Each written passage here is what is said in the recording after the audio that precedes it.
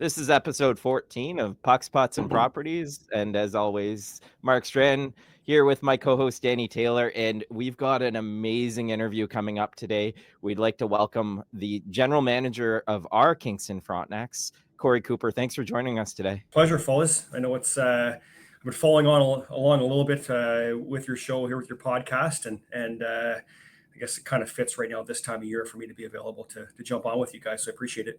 It's not only the Frontenacs GM, but it's also the GM of the OHL of the year. A couple clicks for Coop. I like to let's bring that up first and foremost. Yeah. For people that don't know, Coop was actually first 5 people I ever met in Kingston when I got traded here, and my goalie coach when I first got traded here, and then my goalie coach for the Belleville Senators when we first played there in the inaugural season. So Coop and I go way back. And it's so awesome to see your success here as a GM, because you started off obviously as a goalie coach, and look at you now. So clicks for the success on that one. So now it's awesome, especially since you stayed local, right? Stayed local the whole time, really, right? Between Belleville and Kingston. You played for both, didn't you? Or did you just played in Belleville? Just played in Belleville. You would call me the modern day Larry Mavety in that sense, because Mav went back and forth between the two organizations for his whole career, essentially. I've somewhat had the opportunity to do something similar that way, right? Just being able to stay in Belleville and Kingston, and certainly, love this area, and this corridor, and working in this role. And yeah, no, I appreciate that. And part of it, Tails, you talked about was, being the goalie coach here originally, and you were the first goalie essentially I had here when I took the job with the Frontenacs, and how it comes full circle. But I believe you have to know a little bit about everything to be successful in the general manager's role. So when you start at the bottom, like you do as a goalie coach, and you kind of work your way through in all the different steps, you learn a lot along the way. So it gives me knowledge in different areas, right? 100%. And that's been, part of how I've gotten to where I am right now in this role. Yeah, I think that's what a lot of your success is, because you know how the other person's feeling in their shoes. You've been there. Like you've got a really good knowledge on that. So not surprised. Yeah, so let's dig into this past season a little bit. And I certainly feel, and I know many do, that we've it feels like we're on the precipice of a cultural shift within the organization. How would you contribute amongst your leadership team and really the player buy-in that really feels like we're headed down this path right now? Well, I hope so. Yeah, it's something we've been shooting for, is to try to find consistent success year in, year out. It's challenging to do it at the major junior level, no question.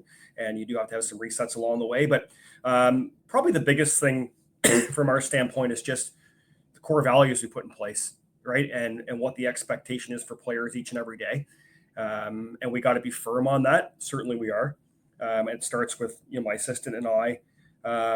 In that regard, and the coaching staff. It's not like there's a lot of people around when it's junior hockey. You don't have this massive team. We're not the Toronto Maple Leafs. So being able to instill those kind of core values for us is a key piece. And the coaches really play the forefront when it comes down to this, and the players holding each other accountable that way. But certainly for our standpoint is you identify the right people, try to get the right people in the organization that fit, and then live by it. Certainly that's kind of, and that's not going to change. We're not going to waver on what our core values are year in, year out. They're going to become set and standard, and that's kind of how it rolls. Yeah. Do you mind elaborating on what those values are a little bit? I can. They're kind of somewhat internal, but I can share it. Certainly, it's something we put down in our weight room. To be honest, it's scripted on the wall. It starts with a team first mentality. The second piece of it is really just better people make better Frontenacs. So sounds simple, but it's to be honest, it's our no dickhead rule. We want good people. Yes. Right? That's really what you're looking for, right? It's good people in the organization, guys who are supportive of each other, really pride on preparation, right? And being a prepared team. So it's a preparation creates separation. And then lastly, just guys who have passion and purpose, why they're here and what they're doing, and want to be hockey players, and it's the best part of their day and fun they have. So in short form, this is essentially kind of the core values we live by every day. And it expands off of that, but those are the 5 things that you're at the forefront of it. Mm-hmm. Can you talk a little bit about Troy Mann? We've listened to him talk quite a bit. You could tell right away since the hire of Troy Mann, like there's a lot more structure to the game. but yet still kind of giving the freedom to the players to make plays. Can you tell kind of the influence he's had on the young players growing up? Because you guys would have been together with the Belleville Senators. So you obviously knew him before the hire. So can you talk about how he's kind of adjusted from, I don't know, say coaching American League players to the OHL? Yeah, first of all, Maritimer, so I got to give a shout to Yeah. Maritimer, being a Maritimer myself. So Troy and I both. But you can see the passion he brings every day and the excitement he has. You know, I often think he's got too many espressos in himself because he's fired up on the daily, certainly on the ice. This guy's leaking sweat because he's so invested in it each and every day. He's a teacher at the forefront, right? So I think he's really well suited for junior hockey in that aspect because he wants to teach players. And, you know, Tales of the American Hockey League, you have to put your structures in play, and there's a lot more going on. And, the players are obviously older and a little more mature, maybe a little less teaching there at that level, right? Here, it's a lot of teaching and a lot of small, fine details, and our coaches do a great job with that. It starts with Troy, but certainly a lot of details to put those structures in place, but also provide freedom to the guys to play and make mistakes. You know, he wants to play a fast-paced game and be creative offensively. One thing about our team is structurally we spend a lot of time in the O zone, right? Analytically, we're one of the leaders in that category. So you got to build teams that way, and Troy's style. So he wants to play that type of game. But yeah, certainly the passion he brings every day is really what it comes down to, and guys knowing how prepared and detailed he is. Nice. 88 points in the regular season this season, amazing. Right in the hunt for first, right until the last game of the regular season. So obviously right there all year. So incredible.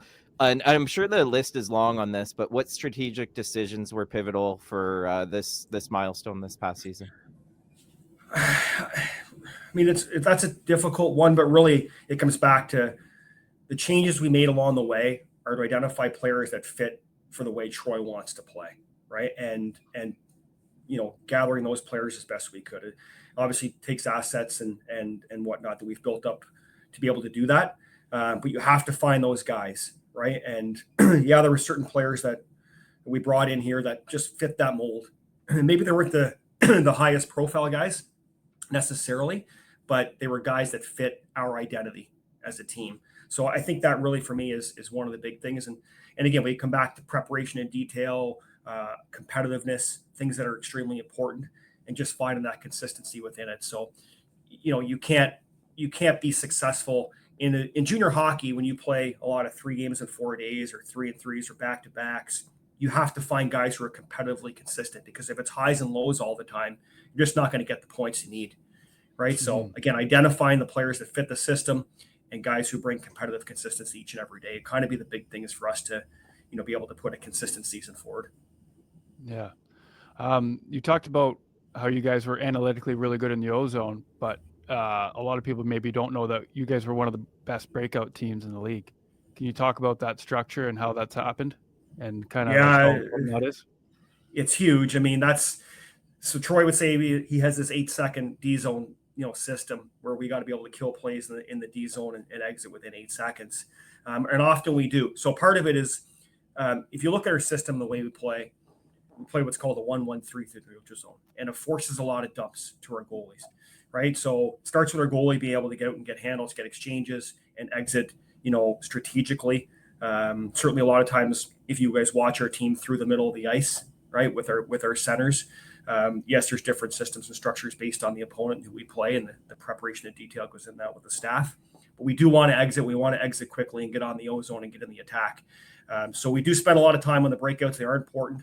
There are the 2 areas for me, Tales, that we talk about our team and our game. We watch and we do the analytics of it all. Is we're able to break the puck out at a high level, high volume, quickly, and get in on the O zone. And when you break it out quickly and you get into the O zone, your players are still fresh. Because if you spend too much time in the D zone, right, by the time you break the puck out, you don't have the juice to go to the other end. So that's one of the key strategies for our team is be able to break the puck out quickly and get, to the fun zone, so to speak, more often with more energy or gas in the tank. Right. Nice. Obviously, one of the biggest highlights this past season was the home record and the franchise-breaking streak. What was it about the team that made them such a tough home team to play against? Well, there's probably a few factors into that. I don't think we really talked about it internally until we got, into double digits, something that was really at the forefront. I would say our depth of our overall lineup played a key factor because we could roll lines and match up lines based on how they wanted to get guys out. And again, that's a tribute to the coaches and the way they were able to, to get the right matchups and guys out there. So home ice was a huge advantage. Getting, let's say, an Ethan Hay on the face-off, guy took 50 face-offs a game, it felt like, in key situations, right? Having that last change to be able to do that was a big piece of our home ice. And just the key matchups, whether it be Birdsey on the back end or, a Pianiniemi or a Ewens, whoever the matchup was, right? We were able to get the key guys on the ice regularly. And then as the kind of season progressed and moved on from there, the atmosphere in the building was a huge deal, right? And that kind of propelled our guys forward as well. And frankly, I've been around the organization long enough, and I'm sure you guys have seen it and Tails played in it. It hasn't always been the case. But as we kind of got rolling this year, the atmosphere in the building really picked up, and our guys really rallied around that. They love when they hear, there's going to be a big crowd or there's life in the building. It excites them too. It brings that, extra energy or the sixth man or seventh man, whatever you want to call it, to our team. So certainly for us, that was awesome to see. And certainly our players talked about it, a lot of post games. Yeah, no, it was awesome. Like every time I brought the kids out there, it just seemed like it was a huge community event. You see a ton of like minor hockey kids out there. So your guys' presence in the minor hockey community, I think, has gotten really good. Kids talk about how they come to school, they read books and stuff like that. So it's definitely growing here in the city of Kingston, which is nice to see. But can we talk a little bit about how, with these new NCAA rules and how you're finding with players, and then kind of trying to keep players that maybe you would want to keep maybe 1 or 2 years more than, with them going to college and what that, layout looks like now? Yeah, it's still the Wild West, to be honest. I don't think anybody has a perfect answer for it. Ultimately, it's great for the players because they've got these many different pathways and opportunities to get to where they want to go to. So from our side of it, it has its challenges, and we're learning along the way. I think in the first couple of years here, it's helped the OHL in the sense that we're getting a lot of players back into our league who were committed otherwise. But I think as we move forward here, all those players are going to be committed from our league and then moving on. So there'll be less of those players available for us. So I think the league is maybe older for a couple of years and then becomes progressively younger because all the young talent will certainly come here. Why wouldn't they? Right. And still have pathways to, NHL pro hockey deals and NCAA opportunities or CIS opportunities, depending on what they choose to do. So a little bit of unknown. We're all kind of getting caught off guard a little bit right now, but certainly still finding our pathway to different players that are committed to U.S. colleges that want to join our league currently. So I think as we'll get more information as we go here. NCAA programs for the most part have been great to work with. Right, they're able to come when they're letting us know they're coming to the building. They want to speak to a certain player, and the communication level is there.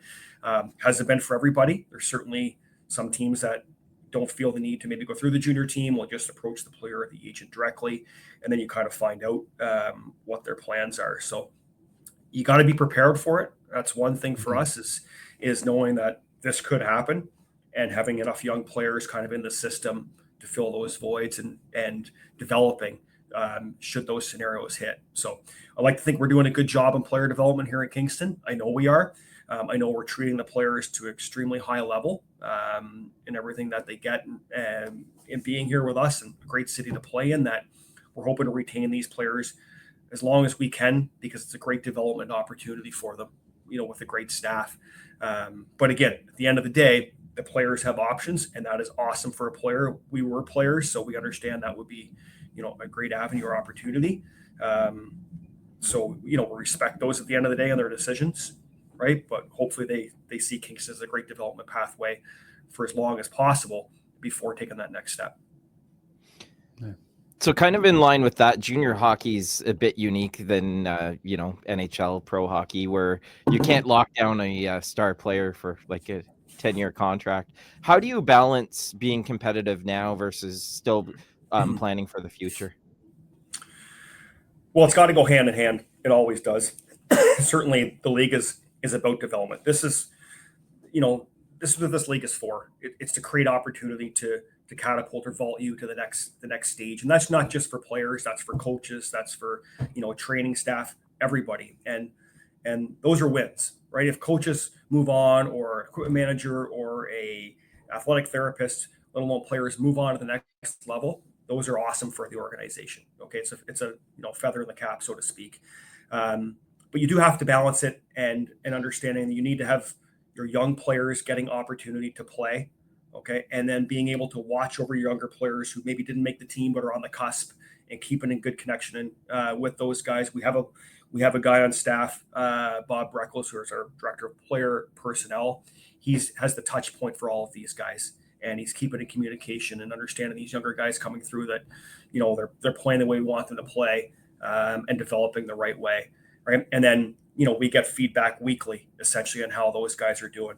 And to remain competitive, you still have to have some of those older guys who've come through, right? And we talk about leaving the jersey in a better place, right? That's another thing we like to speak here at Kingston, is those older guys, the guys who've had success, right? And they're showing the pathway. These are the core values again. These are the expectations when you come to Kingston, how we need to play, how we do things. And when those guys, graduate, those younger guys, they've taught the same way to, and it just becomes a cycle, right? So that's kind of the goals. And Troy's strategic in that. Obviously, in key situations at this point, he's going to have the guys he trusts and believes in and have done it before in certain situations. But he also understands you have to get some of these younger guys opportunities in those scenarios, right? And so they get experience in it, right? So there is a balance, man. There is a balance on the daily as to how you're going to be competitive all the time, and it is challenging at this level, no question. When you're losing players, every 3 years or now sooner because of these rules. So, it's going to be difficult. That's just the cycle of junior hockey. And everybody talks about, we had an older team last year. We've got a lot of 2005s, right? I know that, but we've also had a lot of young players coming through that people maybe aren't aware about yet, right? As to how they're going to fill into those roles. And it was better for them not to play major junior last year because they got to touch the puck more, or be involved in more games, and they're going to be able to step in and play key roles in the organization right away because we place them in certain spots for their development, right? And that's kind of the key. So while we do lose a lot of 05s, I think we've got some pretty good replacement options, certainly waiting in the wings for 25, 26. Yeah. Well, you guys had a ton of guys that had like breakout years, some big seasons, a lot of points. Can you take us through, or who you're expecting to maybe have a breakout season to kind of fill those kind of roles coming in? Yeah, it's again hard because I find when you're in this age category of like 16 to 19-year-olds, right? Man, they go home for the summer and they come back, they look completely different. Yeah. You know what I mean? Like just a big summer of training and just development throughout the summer. It's like, man, that guy really took a step. A couple of guys for me is I think Adam Kelly could be a huge breakout guy, a guy that didn't even get in the lineup in playoffs, but I think he's got a ton of opportunity and skill to play a bigger role. Again, he's going to have a huge summer, but if he does that, he's got the ability to do it as an 08. Another name, Camden McQuaig, who's a big kid out of Cornwall, played junior A with the Colts this year. Offensive upside, he can score goals. Certainly, if he has a big summer and dials it in properly, I expect that he can come in and play a big role. And I can't speak high enough about Gavin Betts, our goalie, our young goalie. You guys would have got a bit of a look at him. The guy's a winner. He won the under-17s with Team Canada this year. When he came in here, he had a lot of success. He's as competitive as they come, as detailed and prepared each and every day. Almost psychotic, to be honest, but he's so talented and so skilled, and he's got a high belief in himself. I expect him to come in here and have a big season right out of the gate. There's some names of some younger players. Yes, there's others. Some of those guys who were played here in depth roles take that bigger step, with a little bit of adjustment, confidence. But those are three guys for me that I kind of think of initially that maybe aren't McQuaig and Kelly were 5th and 6th round picks. Right. You know what I'm saying? So, but I know they have the ability to play above that, right? Yeah. So, and that's not bringing in the 09s or free agent guys that we might be able to sign and add to our lineup. Those are guys that just, when we see them in skates throughout the season, right? Or we call up a McQuaig or they're doing a development skate, these guys can play. They're good players, right? Mm-hmm. So they just need to be given that opportunity, which they will, and hopefully run with it. Yeah, nice. So that's the young guys. Let's talk about some of the more senior guys and some overagers for next year. Who have you had conversations with that we know for sure are moving on to NCAA hockey or moving on to pro, and who are we hopeful to hang on to? We'll get a bit of a loaded question, but Yeah. I mean, Yeah, sorry, I'll Coop. start with the signed NHL guys, right? So the signed NHL guys are Quentin Burns, Tuomas Joronen, right? Emil Pieniemi, Joey Willis. They're the 4 signed NHL guys. Should any of those guys return? I mean, they're pretty awesome players, right? Yeah. And it's not unheard of to sign an NHL deal and eventually get sent back to junior, but those guys are really good players. I expect them to take the next step, okay, in their career. Ethan Hay is committed to NCAA, right? Going to Miami, Ohio. I'll be honest, I was caught off guard a little bit on that one. Was a player that we brought in here, leadership qualities written all over him, played a significant role. That is the type of player you win with. Like, wasn't a scorer by any means, but man, did he play a hard game against other teams' top players. Key face-offs, block shots, agitator, energy, really good player. So he's off to NCAA this year. Wish him well in Miami, Ohio. And then we've got a load of other guys, right? So that may end up doing the same thing, could still pursue those options, could still sign pro deals, could all end up back here, in major junior, right? So, and they're all great options, right? They were here for a reason, and they're all great options for us to bring back as overages. Certainly there's guys who have said they would like to do that and be back here in Kingston. So we've got a bit of choices and options. And some will have to move on from because we just don't have enough room. So for me, I'd probably like to keep 4 out of the gate. You're allowed to have 4. You can only dress 3. But hey, maybe have a bit of a rotation that way, and understanding that, bringing back leadership is a big piece of it. So when you have those 4 overages, strategically, they're guys who, or A, play significant roles, and B, hopefully both together, bring that leadership qualities to the young guys that are coming through the door, and understanding, again, this is how we have to do things. So strengthen numbers that way a little bit with the overages and having those guys, and we'll eventually sort out who ends up being here and playing. You don't have to cut down to 3 until January 10th. You got to be cut down to 4, I think, November 15th. So we'll take 4 out of the gate, and I'm not foolish. If someone comes and offers me something crazy in the trade market, then we'll go to 3 right away. Right. But I anticipate us having 4 to start as part of it. Cool. I'm 3 years retired from the game, and I completely forget what we did for off-season training. Can you walk people through like what these guys do now? Like, how much time off do they take after the season to let their bodies recoup? Like, when are they starting to skate? Like, what's the lay of the land now, the way that these kids are training? Well, first of all, I can't believe you've only been not playing for 3 years. 3 Okay, years. let's back this up right now. Okay. Yeah. So long career, good on you. You played great. Thank you. Awesome to see and follow your career along the way, Tails. Certainly that's something that when you're in my role with alumni, but certainly with you, was able to follow along with a lot. So good on you for having such a long, successful career. Thank you. Secondly, for the guys now, it's hard to keep these guys off the ice, right? First and foremost. Okay. So they want to do things 12 months a year. We're dialing them back. Hey, like, you need a break. Dial it back. I would say right now, guys might just be starting to look at getting back on the ice, right? So take a month, take a couple months ideally. But you take a week or 2 off from training, and then you kind of get back in your routine. So they all have individual strength coaches, right? They all work hand in hand with our AT as to what the expectation are. He wrote it all out as to development for every guy. They've received it, the feedback, and understand that it's clear. Here's where you have to get better. Here are the improvements. He has conversations with the strength coach that they work with in the summer. and they start to get after it, right? So hockey is almost 12 months a year, but again, we're trying to dial these guys back as to how much they're on the ice, understanding, look after their bodies and their training, and rest is important. Are big pieces of it. So you can, do a lot of good strength things over the course of the summer, and again, come back here in late August and be like, man, that guy's transformed his body. So there is a certain amount of expectation and every player is a little bit different in what they need, where the areas are, right? But I would say they train almost all the time, other than a few weeks off at the end of the season, to let their body recover and their mind recover, right? From a long season, a hard season, a playoff, and then they get back into it based on what their specific needs are.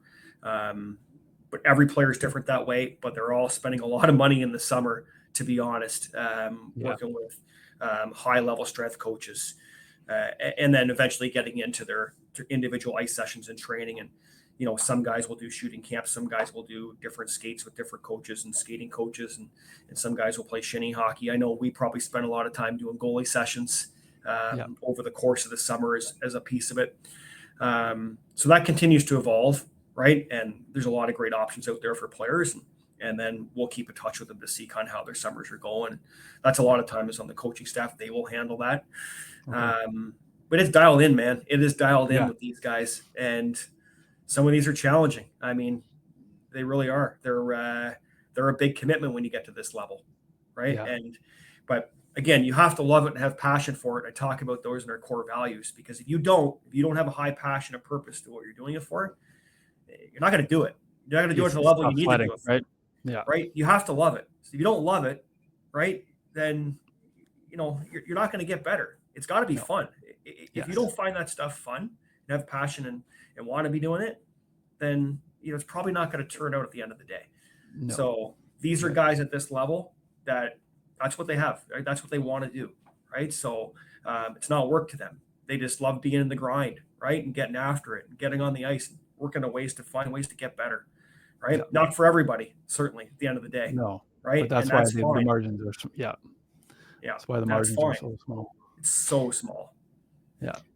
Can you sort of drop the curtain as a GM for the Kingston Frontenacs? What does the day-to-day look like in season for you? Do you travel with the team on the road at all? And in the off season, what does the day-to-day sort of look like for you? In season, I mean, there's just a lot, obviously, conversations had with the coaching staff, players, scouts, a lot of that stuff going on the daily, because it's not really necessarily just hockey decisions, right? When you're in this role, you spend a lot of time doing administrative paperwork and making sure the guys have got through the courses they have to go through in the OHL. It's making sure they're comfortable with the billets, checking in with the high school, like all these things, man, making sure guys don't get parking tickets downtown if they park in the private lot. There's so much small shit all the time, right? Buses and meals and hotels, and all these things fall within, the management side of it. So my assistant, Ethan O'Rourke, and I spend a lot of time on the daily just doing daily organized stuff, frankly, right? And then hockey decisions have become like 30-40% of that, maybe, as far as the time goes. So that's kind of the daily, rigmarole that way, making sure everybody has what they need to succeed. And when I talk about, you have to know a little bit about every area in the organization, I guess that's what I'm getting at. Willing to help out with the equipment manager or the AT if he needs something, or, man, I'm not afraid to pick up a mop and mop the floor or vacuum or take out the garbage, whatever needs to be done, right? Here to help. Okay. Yeah. So that's kind of the role as far as I'm concerned, right? It's not for me to dictate, tell people where they got to go and what they have to do. It's for me to help them if I can in any facet. And then the off season right now, to be honest, I'm swamped with just getting the copies of the schedule, making sure that the schedule is going to fit. I've got the import draft sort of going on right now. It's not till July 2nd, but it takes a lot of organization stuff on that side. We have a trade window that opens up here for about 2 to 3 weeks in early June. So I've had a lot of conversations with teams that way, trying to get contracts finalized and signed with some players. And it just kind of rolls that way. And then once that stuff gets done, I'll get into training camp, getting those invitations out, and then talking with billets about our roster and who's going to live where. it's just like there's always things that have to happen throughout the course of the year. In the off season, we do a lot of these things. One thing I like to do every year is small upgrades and changes in the dressing room, right? So just try to get creative with different ideas and things we can do to change things around down there, because I want the players when they come back to see that we're doing something different all the time, right? We're trying to make it better every time, every year, right? And it could be small things. It could be new TV unit for the coaches to work off of. The owners put a sauna in the room last year. Just small things like that, right? That are small upgrades. Enhancing the player lounge. It's one thing I'm trying to do this year, and put in new shelving and cabinets. Small things like that, right? So the players come back, they appreciate that. We're thinking of how we're making things better every season for the guys, right? Yeah. So that stuff goes a long way, right? And so I kind of got that going on as a side project right now as well. Yeah. Can we talk about school for a little bit? Now, I remember when I played, it was like 04, 05. Schooling wasn't that on the high priority list in Kingston. Now it's obviously a lot better. I think it's a lot better throughout the whole league. Can you talk about just like the players day to day? Because there's some kids that are in high school. There's some kids that are probably taking online college courses. And obviously like practice time, like every team's different. Can you talk a little bit about that and kind of how that's kind of revamped since we've been out of the game? Certainly. I mean, the league has really taken the forefront on that, is making sure that school's a priority. And the schedule is set up that way. I can't speak at every team, but I can speak on us, and making sure that our guys are dialed in on that side of it. I'd be lying to you to tell you it wasn't a challenge. It's a challenge every day, right? Is to track players and their performance at school. We're fortunate here. Our guys use Holy Cross Secondary, and they've got a guidance counselor there by the name of Christy Lesarge, and she's like a mother figure to those guys, right? Nice. Their lockers are outside her office, and she is on them and holding them accountable and reaching out to myself or Ethan, if anything's slipping. Now, that's where it is challenging. There's times where I have to grab a player and bring him in and be like, get after him a little bit, to get him to pick it up that way. So those are the high school players. Our guys go in school every morning, Holy Cross, 8:30, expected to be there, right? Nice. So, and then our guys who've graduated high school, it is mandatory to be doing something post-secondary wise, some sort of academic course. That's what we expect of them. It doesn't have to be a university level or college level. There can be different sort of courses they can take. They can do, the coaching certification program, right? But I need them doing something academically just to keep their mind in a different spot, right? For everybody. So we've got Mike Hamilton, who's been around here, Danny, forever. You remember Mike? He handles that side of it with our post-secondary players. And the league tracks it, frankly. The league tracks it, who's doing what and how they're performing in it. So, I have to check in with Christy and Mike regularly, maybe far too often as far as I'm concerned, but it's part of the gig, man. So, and they keep me in the loop on it, right? So, but there is an expectation with it. I think it's important for our players to have something else to get their minds to. And the high school players, it's not negotiable, obviously, as a piece of it. And that's how they handle the schooling. Now, we practice here every day at 1 o'clock. So our high school guys are, 8:30 to 11:30 in class, right? And they'll, if they have to do something else in the summer to make up for a course, or they do an extra course online, right, to keep pace, that's what they do. But Christy organizes that, sets it up for players. She really puts the ball on the tee. You just got to hit it, man. Right. Right. So, she takes care of the guys, and so does Mike, for that matter, right? With the university students, the guys who graduated. So they do a great job. It is a lot on the daily, right? If there's check-ins regularly, guys fall behind. You got to kick them in the ass. You got to get after them to make sure they're getting stuff done, because it is checked by the league. It's not perfect, right? But you're like a parent, right? And that's the responsibility when they're here, right, is to hold them accountable on it. And we try to do the best we can on that. Nice. When you're looking at a OHL draft eligible player, how do you go about evaluating character? Sort of a cheat sheet for someone that might be looking at coming to the Kingston Frontenacs. So obviously from the on-ice portion, we have an evaluation, right, as to what the expectations are, and viewing the player. But then you have to look at kind of how they are on the ice as well, right? The body language on the ice is a big piece of it for us. And then we'll get into the deeper dives with the scouts as to, the family, the school teachers. Can you find out more information if we're serious about a particular player? But I'll be honest, I tell this all the time.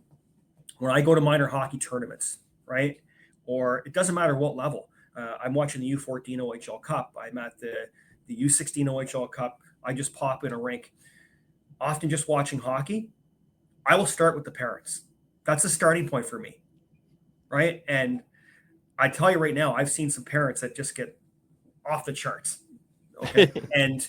and for me, it's like, this is the truth, guys. It certainly is, right? But it doesn't matter how educated you are. For some reason, if you step in the rink and your kid's playing minor hockey, your brain cells just disappear for a couple hours. I'm laughing because I see it all the time. It happens all the time. So I have taken guys off our list, right, at the U16 draft because of parents. Oh, God. Because I don't want that in the organization, right? And, 100%. Does that work all the time? No. There's guys who've, obviously we've selected and it hasn't turned out that way. But we do try to take the deeper dive into character. It does start with the parents, and then we'll start to figure out, the player with those deeper dives with school teachers or talking to teammates and trying to get more feedback and coaches and different people, as we get close to who we're really genuinely interested in and not. Yeah. But that's the starting point for it. And I say U14 OHL Cup because, that's 2 years away from their draft. And I just use that as an example because it was played here in Kingston. Yeah. Right. But I could find a parent in a scenario that I'm like, hey, 2 years from now, that guy's probably not going to be on our list. Right. Yeah. Because that's not going to change. Right. So, it's kind of process of elimination that way. But I just, unfortunately that is part of it. And just finding, again, better people make better Frontenacs, right, is something I talk about when development camp is here and we meet with the players and we talk about those core values, but we meet with the parents too, right? They all sit in the same presentation. And we have this wall in our dressing room. It's called our France family wall. Okay. And everybody that's in the organization, from our scouts, our billets, the players, we get them to send in a picture, right? And it's got a picture of their family on the puck, right? And I guess my point there is I want the families to understand they're all part of it. You're part of the core values. You're part of the France family and our team success. It's not just the players. Nice. Okay. They're all a piece of it. They're all a piece of it. Right. And they're on display. So our guys walk by every day, their families are there with them. But parents have to understand too that they're a piece of it as well. We're all buying in together. We want to have success as an organization, right? You're all part of that. It's the billets family. You got to have great billets and great people, right? Yeah. And great families. You want to have success, man. This is what it takes in junior hockey, yeah. Right? So, I need them to understand that this is the expectation, right? And so we need to make sure that the parents understand they're part of this process as well. Yeah, that's awesome. Well, just a couple questions here to wrap up here. Just some fun ones here. Who's the guy in the locker room this year? The fun guy, the loud guy, like maybe the guy that's pranking everyone, like keeping it light, or if it's really tight, kind of like who's the guy in the locker room that's speaking up and making jokes, kind of? Am I allowed to say our assistant coach, Chris Longo? Yeah, that's probably a safe one, actually. Yeah. No, I'd probably we have a few of those guys, no question. Every team does. I'd probably say Battaglia is the starting point of that. He's energy, he's fun, he's a kid at heart, loves hockey, loves the game, loves being around the guys. So Bates is probably the guy that makes the most sense for me as far as that. But there's a bunch of guys in there, man. That's what they do. It's junior hockey, these guys, that age bracket. Oh, it's the best, man. And they don't even realize it, right? No, you don't realize it. I still go back to my junior days and how much fun I had as a player. So I understand, when I walk by the room every day, it's like you breathe in the air. I'm like, man, I miss being a player.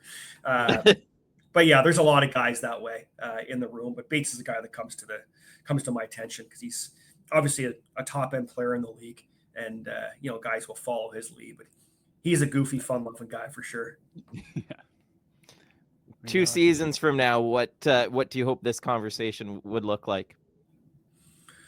What's been achieved? the end of the day, it's just sustainable success, really. Yeah. And I just want to build an organization or continue to build an organization that's doing that, that's moving players on to higher levels, that's contending every year. I love the city of Kingston, right? And working here for this organization. I would love to be able to bring a championship here. I know how hard that is to do. We're going to keep working as hard as we can to achieve that goal, but understand that there's small goals along the way, right? Of having an atmosphere like we did in playoffs here, right? Yeah. Of trying to make people believe that Kingston is not make them believe, because it is. It's an awesome spot to play as an organization, but certainly that it's a winning franchise, right? Year in, year out, right? And being able to put a feather in the cap of guys that have moved on from here and have signed pro deals or moved on to different careers in life. It doesn't have to be hockey, guys. Like it's like you talk about being a developer of young men, right? And Tails is kind of living proof here. He went on to a long career, but he's successful after coming through the OHL and playing hockey, right? In Kingston, right? So whatever it may be, I find this city, a lot of people that come here and play end up sticking around the city for good reason and could become really successful, in the business community. And those are all wins for the organization. Tying in with your alumni, right? There's, we got 2 alumni boards down the wall. It's one has every player's name to put on the jersey since 1973. That gets updated every year. And the other one is alumni honor roll of guys who've put on the jersey that have gone on to play games in the NHL. And of guys who've used their CIS money, I guess it'll be CIS and NCAA money that's been provided by the Frontenacs to go on and, get their degrees and move on in other areas of life. So, but honoring those people, making sure that the alumni is part of the organization. Yeah. Well, I can't thank you enough, Kory, for coming on here. And Kingston with the Frontenacs and the job you're doing, like just from the outside looking in, it's really turning, and everyone is coming out, and you can tell with the playoffs and the attendance there, it was unbelievable. So keep doing what you're doing, and I can't thank you enough for coming. Yeah, the entire city's behind you, and we want you to be here for a long time. Yeah. Well, listen, man, I just want to win. Let's be serious. I just want to win. Well, that's what we're saying too. We want to win. Yeah. No, I appreciate it, guys. Certainly a lot of fun. Okay, thanks again, Kory. Okay, guys, thanks. That was amazing to have Kory on. Awesome. We can't thank him enough for doing this with us, and would love to make that a yearly thing to sort of recap the Frontenac season. Obviously, they had a great season this year, and we hope for many more great seasons with Kory at the helm. For sure. I just feel like Kingston's better to live in when the Frontenacs do well. I feel just a little bit happier, right? I don't know if that's just me because I'm hockey biased, but yeah, you see some advertising out there during the playoffs too. Like we got little banners going up in the city. There definitely is a vibe, and something we didn't really hit on lots is how active that the organization is in our community. They do great things in our community. It's unbelievable. Yeah. Like I feel like every time I go there, it's just like a minor hockey event where I see almost like most of the minor hockey kids that my kids play with there. So they're doing a great job drawing kids in. I like, again, I think we mentioned on there that even the school visits, right? Like just bringing a few guys to go in and read a few books. So, the kids kind of like idolize. Like I remember that when I was a kid, actually Mike Fisher came to my school. So like, I still remember that to this day. And I think I was in grade 7 or 8 anyway. Yeah. Do you have any neat stories of you being active in the community during your junior time? Yeah, like I remember going up to that school off of Cat Woods and in between Bay Ridge and Midland. Yeah. I forget what school that's called. Forgive me. But yeah, I remember going to that one, and I'm pretty sure I went to Elginburg School too. Oh, nice. Yeah, some memories on that. So yeah. But when I was playing, like we had flip phones with T9 words. So this is going back a long time, and certainly marketing's gotten a lot better in this day and age. And yeah, just it's nice to see Kingston grow, and it's really starting to become a destination for like really good players if they want to make the jump. Like you're seeing it now with these guys that have breakout years. Like young kids will want to go there because they know that they can develop, and like Kingston's doing that now. It's like what Coop talked about it. So you buy into the team, and like it's not just about me, but and I feel like it's kind of catch-22. Once you do that, other players or other teams will want you once you see that come in. So Something I didn't say, but I was thinking during the entire time, it really is much like developing a business. Like you want the right people in the right positions to build the proper culture. And I think of our brokerage as an example. Yep. When we're looking at this, Linus has done a very good job of getting the right people to come to our brokerage. Yeah. So I mean, there's similarities in business with what he's Absolutely. talking about too. Yeah.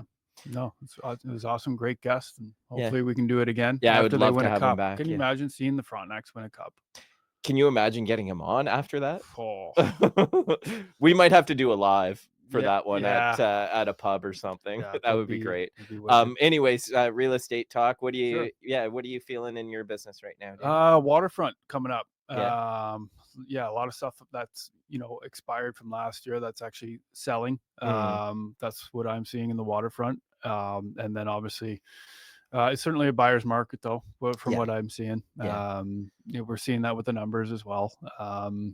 So it's definitely, again, same old adage, like if you're on the listing side, you got to make sure that you're better for less. Yeah. You got to make sure that it's neat and tidy, it's staged well, it smells good. You know me about smells. Yeah. And drink. But then, just being educated, on the selling and buying end, and seeing what the market is doing. And but yeah, we're seeing a lot. It's nice when the leaves are coming in. Been miserable the last couple of weeks. It's been so cold, and since Monday, it's been lovely. So much rain. It's been great. It's great for the grass, which is Yeah. obviously mine is usually one of the worst on the street. But it's been better this year. But I don't know. What are you seeing? Oh, something I didn't tell you. I've gone from snow blowing to mowing lawn on vacant listings. Yeah. So I switched up. I was traveling around with the lawnmower yesterday, cutting a couple lawns on. What about? Do you got a ride on, or you're just a push? Oh, this is very small spot that I'm mowing. Okay, gotcha. But I happened to be going there. I've had an interested buyer on the place. He's like, "Can you just go and record a simple walkthrough for me?" So I was already there, and I'm like, you know what? If I'm recording something, I kind of want to get that lawn trimmed down a little bit. Nice. Well, Yeah. Good for you. Yeah. Yeah. Something to advertise to as a. Yeah. And I personally, I felt an uptick in my business, certainly the last week or so. Yeah. Yeah. So I'm you. feeling like it's going to be the start of a busy summer for me personally, Good. which is obviously wonderful. Yeah. So yeah, I'm just super excited for the upcoming summer and everything that it might bring. Maybe we'll get out for a round of golf or two at some point. I would love to. Even if I'm in the cart, I'm going to be happy. Yeah, right. Yeah, absolutely. I really don't play a whole lot anymore, but maybe you'll drag me out for one. I would love that. Yeah. Maybe we'll go live. Oh, that would be fun. A podcast while playing golf. We can do that, bud. Yeah. Awesome. Yeah, so that's a neat idea. What else you got going on, maybe personally with the family and traveling a lot for Yeah, just traveling a lot with the kids. They got 2 more tournaments left, and then that's it for the summer. Okay. Really excited to they love the game, and honestly trying to hang out with my kids if they don't have hockey is kind of difficult, to be honest with you, because you got to be moving. You got to give them some kind of purpose and something to do. They've had their track there the other day. Both my daughter and son did well at the track. It was nice to see. It's such a great community event. And the other thing with Waterfront, I was actually just on a listing appointment in a Pinnacon. And if you haven't heard it, check out leboat.com. Oh, I know exactly what you're talking about. Yes. It's those the boat with the kitchen and it's what are they, like 30-40 feet long? It's amazing. Yeah. Like, and they run the canal, right? You feel like a billionaire. Yeah. And it's like anywhere between 2,500 and 3,000 for 7 nights. Yeah. And it's like you're on a boat for a week, like not a little boat, a massive, it's like 7-seater or sleep 7. But you get to cruise through some really, really cool towns in Ontario too. Unreal. Yeah. Yeah. So we're going to definitely be doing that this summer. Sometime, obviously June, July, when the weather's like really nice. Yeah. So like if you're looking for a nice vacation, like I would rather do that than an Airbnb. And I know that sounds crazy with 4 kids. But I'm so glad you brought that up, because I had looked at it in the past and I'm like, that is a really cool trip. Yeah. And you don't have to travel very far for it. No. Where is it out of? It's just south of Ottawa, is it not? yeah, it's just north of us, probably about an Yeah. hour drive. Yeah. Kingston, so an hour Somewhere in the south. valley that they're located out of. Absolutely. Yeah. So That's a really cool one to bring up. I'm glad you brought that up. yeah, and like it's just gorgeous, like going through the Rideau system, and there's a lot of locks, but it's just Yeah. like what a really cool time to spend with friends and family on a boat. And Yeah. and you actually don't need a boating license.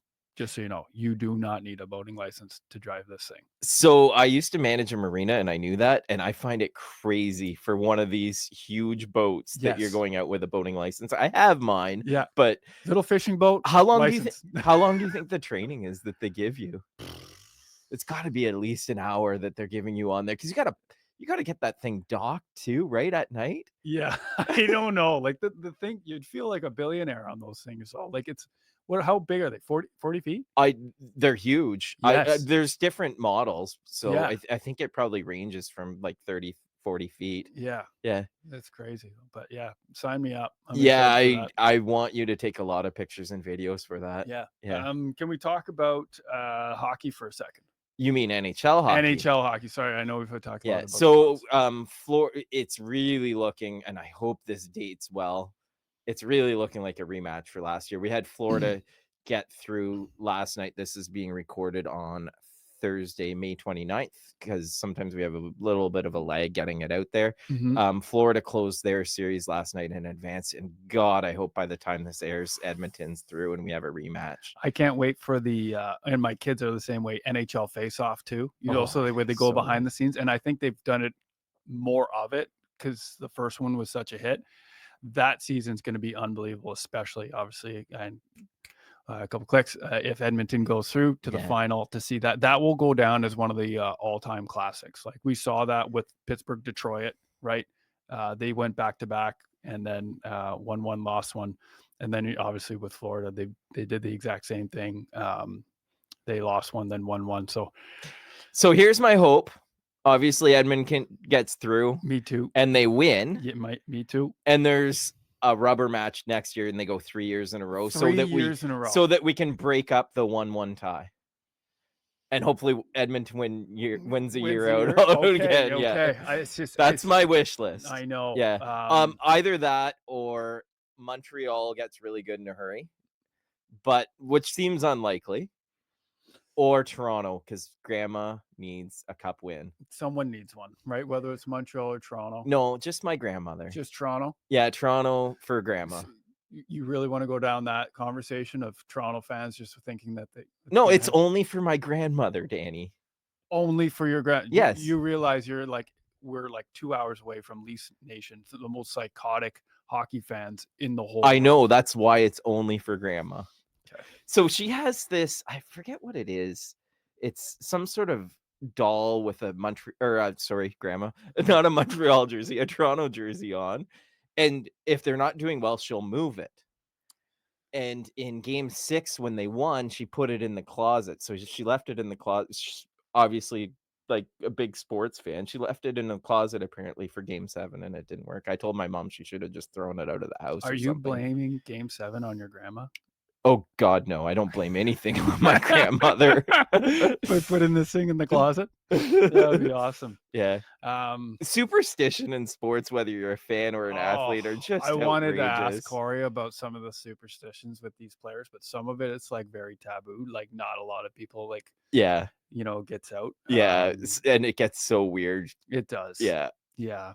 But I think I asked you this before. Did you have anything weird? I think I had a lot of things that were weird about me. For me, it was just time. Like I was very right. Yeah, we brought that up before. Yeah, like I knew I had to do a certain thing at a certain time before every game. Okay, going into the game and even in the practice. Yeah, I was very much like that at practice too. Like everything had to be. It was very, very regimental. But it's the stress, though. Well, it's a comfort. It puts you in your comfort zone, right? Comfort zone in a stressful situation. Yeah. That's why you had the routines. Yeah. Right? So keep everything familiar. I'm sure if we had a sports psychologist on, that they'd be able to dive into it, why that's actually a good thing. Okay, you've just gone through your routine. You've checked off all the all the things on the. You have the same routines for practice, so that their practice felt very Yeah. much like a game. So when you're going into the game, it felt very much like you've done it in a practice. So You know, that's something that just hit me is we oftentimes do this in business too. Like if we're going to a listing, it's listing appointment. Okay, we need to, if we're putting this listing live, these are all the standard operating procedures the that we same need to way. go through. Like It's the same thing. this is really how our life is built on routine, really. Routine. Yeah. Yeah. And you just got to make sure you have the right operating procedure for every situation. Right. Right. Yeah, and we Um, constantly expand on that but depending it's on the tough, right? Because there's situation. a Yeah. lot of moving parts, and Yeah. you just try to guide it along those operating procedures of whether it's the buying or selling ends. But Right. life happens, right? Sure does. Yeah. And there's different personalities out there, as we Yeah. know, and you try to do the best with what you have, but also know that there's a certain way of doing things that will come out successful on either the buying and selling end. But Yeah. obviously, when you're in the market, you're obviously in the open water, so anything can Mhm. happen. But Mhm. we try to do the best with what we have, don't we? Yeah, it's always about being flexible with people and trying to adapt to the situation. And Absolutely. that's what makes this business so fun, to be honest with is, you, yes. is rarely are you faced with the same situation all the time, right? Exactly. Yeah. Yeah. So you just have to make the best decision with what the information that you have, right? And Yeah. do the best thing for your clients, and hopefully it works out for everybody. Well, let's end it there, Danny. Thanks for buddy. watching. This is episode 14 of Pucks, Putts, and Properties. If you haven't subscribed yet, we recommend that you Wow, do. smash a like. Smash it. Smash a like on this video, and we'd love to have you come back and watch another episode. And most importantly, thanks to Kory Cooper for joining us today. Amazing interview. And we're looking for amazing things for the Kingston Frontenacs in the future. Bye for now.